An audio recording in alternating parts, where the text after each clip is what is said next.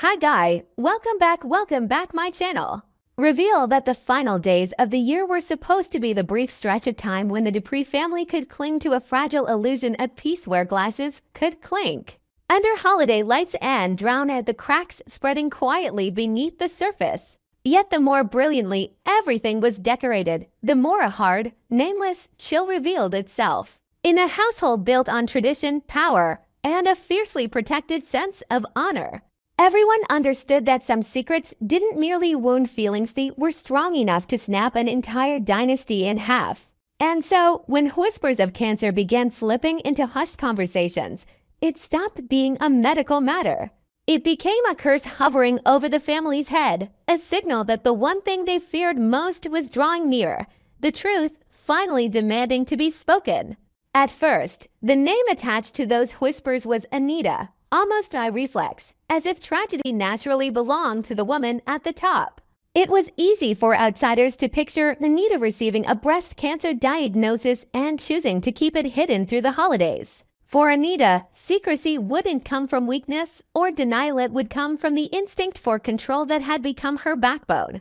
She refused to be seen through pity, and she refused to let the family spiral into panic because of a single report.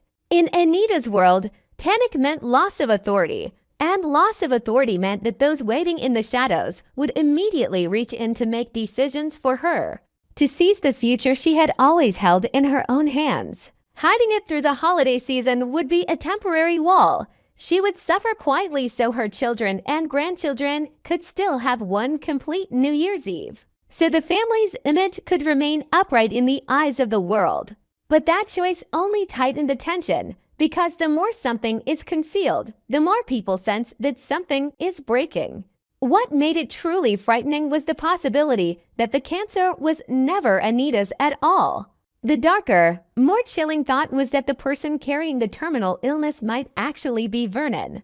If Anita was the family's public symbol of strength, Vernon was the quiet anchor that kept the ship from drifting too far from order. The idea of Vernon being in the final stage of a severe illness felt like a blade driven straight into the foundation the Duprees relied on to survive. Not only because the illness was deadly, but because its suspected cause wasn't age or random fate, it was prolonged stress, the kind that doesn't come from work or ordinary hardship, but from a secret he had carried for too long. That secret had become a stone lodged in his chest, day after day, forcing his heart to beat out of rhythm, forcing his lungs to draw breath in caution, forcing his mind to live on constant defense. Vernon had spent his life keeping everything in its place, and the secret was destroying him at the root, because it demanded he perform even in front of the people closest to him. The most brutal part was that the secret wasn't staying in the dark. It was moving toward exposure. And once it came into the light, Vernon wouldn't only face judgment or anger from others, would face betrayal from his own body. The severe health crisis wouldn't arrive as a sudden accident, but as the accumulated consequence of years lived in fear, years of pressure he could never fully speak aloud. Vernon may have believed that if he stayed strong enough, silent enough, careful enough, the secret would die before it could hurt anyone. But secrets don't die. They grow. And eventually, the price they demand is no longer a few sleepless nights, but life itself. That truth triggered a shockwave bigger than illness alone. The family was forced to stare into a future they had avoided. If Vernon truly was terminal, decisions about inheritance and the dynasty's path became urgent in an instant. In a family like the Duprees, power isn't only money, it's position, voice, the right to define what is acceptable and what is unforgivable. When the anchor begins to slip, unity can transform into a quiet race, where everyone claims to act for the family, yet each person carries a private hunger for themselves. No one has to say it out loud. But calculations begin.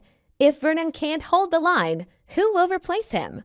If Anita is hiding something about her own health, who will take control of the major decisions? And if a vacuum forms, will the family's honor remain intact? In that climate, the idea of an experimental treatment surfaced like a thin beam of hope, bright but dangerous. It wasn't guaranteed salvation. It was a gamble. Seeking an experimental option meant accepting high risk, placing faith in what might fail, choosing between the possibility of more time and the possibility of losing time faster. But for the Duprees, the risk wasn't only in the medication or the protocol. The risk was that a medical decision could become a political decision inside the dynasty. Who had the right to say yes? Who would carry responsibility if it went wrong? Who would be blamed for refusing to try? And who would be praised if a miracle happened? Those questions thickened the air around Vernon, because every choice could become ammunition for the next internal war. In the middle of it all, Anita stood between two kinds of fear. If the rumor of her breast cancer was true, she feared the family would fracture under panic. If the illness belonged to Vernon instead, she feared losing the one partner who mattered most at the very moment the dynasty needed both of them. But the deeper terror was the sensation of losing control of her own story. Anita was used to deciding when truth would be spoken, deciding what could appear in public, deciding who would know what and when. Yet this holiday season, she no longer felt the reins in her hands. Rumors, glances, urgent calls of everything was moving like a machine.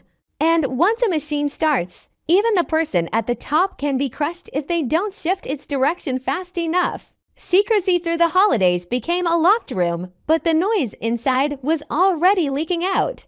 All it would take was one crack for everything to spill. The exposure wouldn't come from a formal family meeting or a carefully prepared confession. It would arrive through Vanessa's return at the New Year's Eve party at the Fairmont Crest Country Club, a place designed as a stage for appearances, where people don't just celebrate but measure one another with eyes, smiles, and alliances. Vanessa returned at the precise spot where truth spreads fastest, as though a secret needed a crowd to become a weapon. Her presence alone changed the atmosphere. Conversations shortened, smiles stiffened, and anyone perceptive enough could feel that a long empty chair had been filled by something too powerful to ignore. Vanessa didn't need to shout to create impact. Simply stating that Nicole had received a call from her father was enough to shift the entire party into a different rhythm. A call from Vernon on New Year's Eve could never be casual. It felt like an emergency signal sent from the center of a storm. And everyone understood that when a usually private man reaches out at a moment like that, something has crossed the boundary of control. The news touched exactly what Fairmont Crest feared, the sudden collapse of a symbol. New Year's Eve is supposed to be a night people cling to beginnings, but that call turned it into a night of dread, reminding everyone that some disasters do not wait for a new year to arrive before they explode. On the edges of that moment, hair-like blonde woman felt a cold line run down her spine. Her question wasn't idle curiosity. It was the instinct of someone who knows calls like that often announce tragedy. She wondered if something urgent had happened, and the question wasn't only about Vernon or Nicole. It was about the shifting color of the air around them. Haley lived in a world where bad news travels with chain reactions. One illness leads to arguments, one exposed secret leads to irreversible decisions. And then relationships collapse in ways no one can rescue in time. Haley might not have held the full truth, but she was sharp enough to sense that the party wasn't a celebration anymore. It had become the launch point for a sequence that could not be undone. That tension sharpened further when Donnie appeared in a state no one could overlook. Donnie lay in Andre's arms on their sofa, and the grief on her face looked like ink bleeding outward, staining everything around it. No words were necessary. The image alone spoke too loudly. Donnie had reached a moment of vulnerability she could no longer hide. Andre held her not only like a man offering comfort, but like a temporary anchor inside a storm. Yet that comfort also carried danger, because in a family like the Duprees, no embrace is entirely harmless if the wrong eyes see it at the wrong time.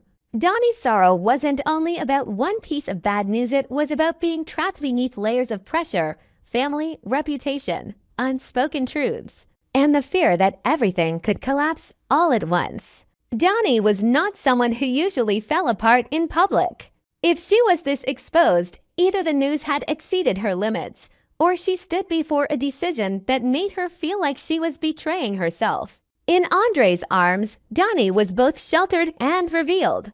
She might have wanted peace, but that peace was arriving in a context soaked in suspicion.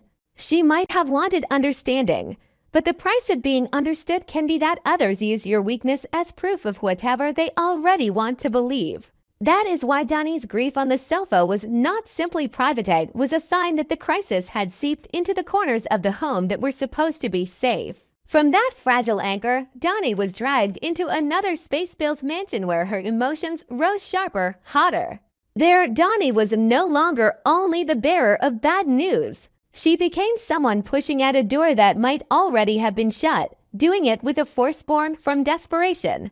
Haley's presence turned the air instantly confrontational. Haley's anger was unhidden and softened, as if tension had been building too long and had finally found the spark it needed. Haley demanded that Donnie leave, and that demand wasn't only about territory, it was a declaration of control.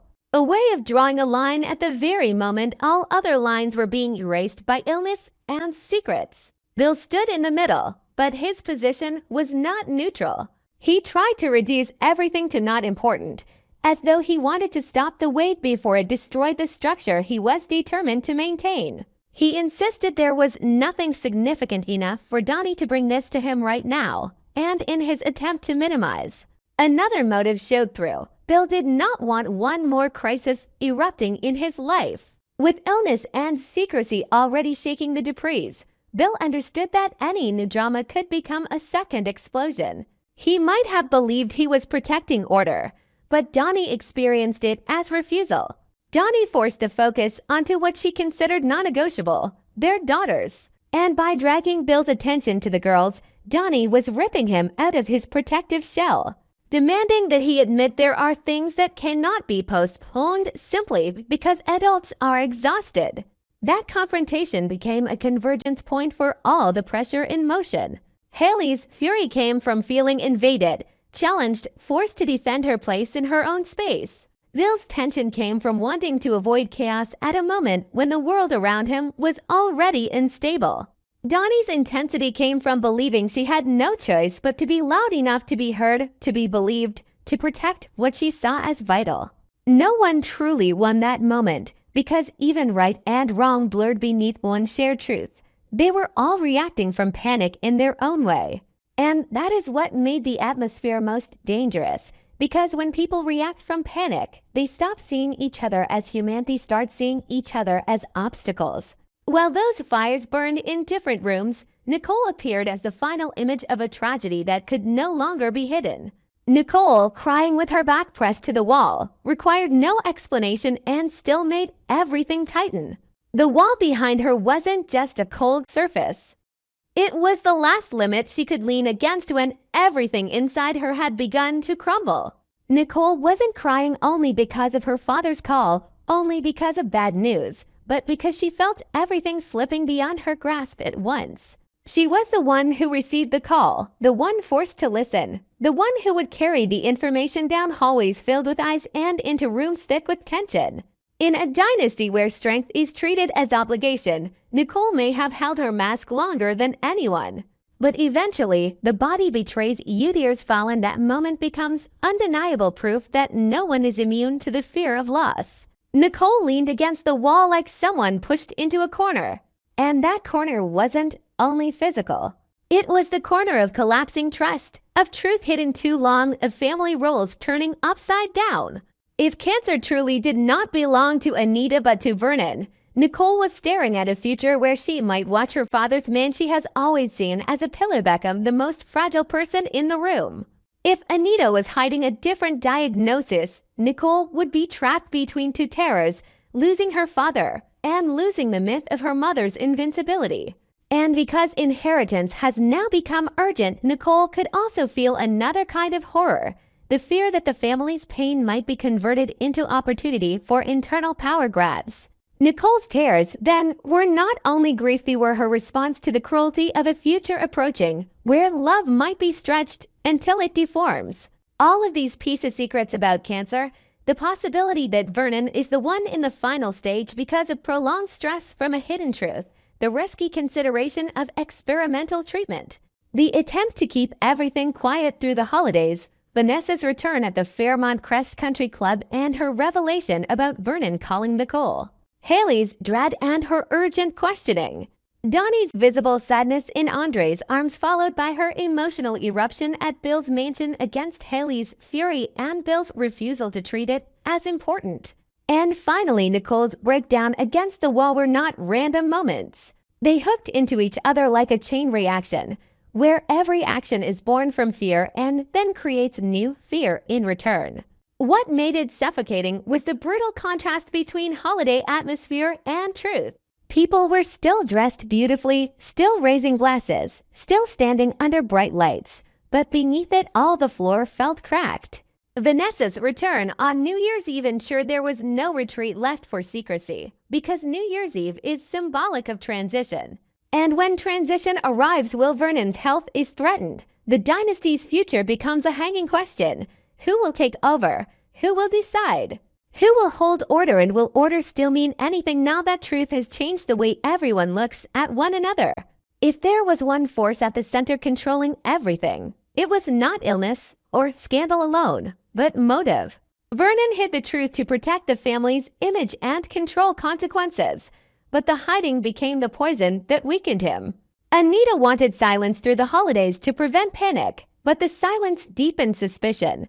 Vanessa's statement about the call, whether intentional or not, became the push that blew the secret open in front of a crowd. Haley reacted with anger and boundaries because she felt her position threatened in the middle of chaos. Bill minimized because he wanted escape from one more battle, but his minimization ignited Dano's actions were driven by the instinct to protect their daughters. Andre held Donnie like an anchor, but that anchor carried the risk of exposing a vulnerability Donnie never wanted to display. And Nicole cried because she could no longer carry the role of being fine while everything collapsed. In the end, this story did not need shouted words to be dramatic. It was dramatic because everyone was being forced toward the wall by something that cannot be negotiated with: time, illness, and truth. When the camera landed on Nicole with her back against the wall, it was not simply the closing shot of a promo or a scene. It was a promise that after New Year's Eve, no one would be able to pretend anymore. Because once the secret about cancer is no longer in the shadows, once Vernon is pushed into a severe health crisis, once the high-risk experimental option is placed on the table, and once relationships have revealed their tension as clearly as Bill and Haley and Donnie's collapse in Andre's arms, the Dupree family will enter the new year not with a toast, but with a chilling question. Are they still a familiar, only a power structure fighting to survive by consuming its own pain? This channel specializes in analyzing, theorizing, and discussing plot points in the movie Beyond the Gates from the perspective of a longtime fan. You can leave comments below to get the latest information about the film.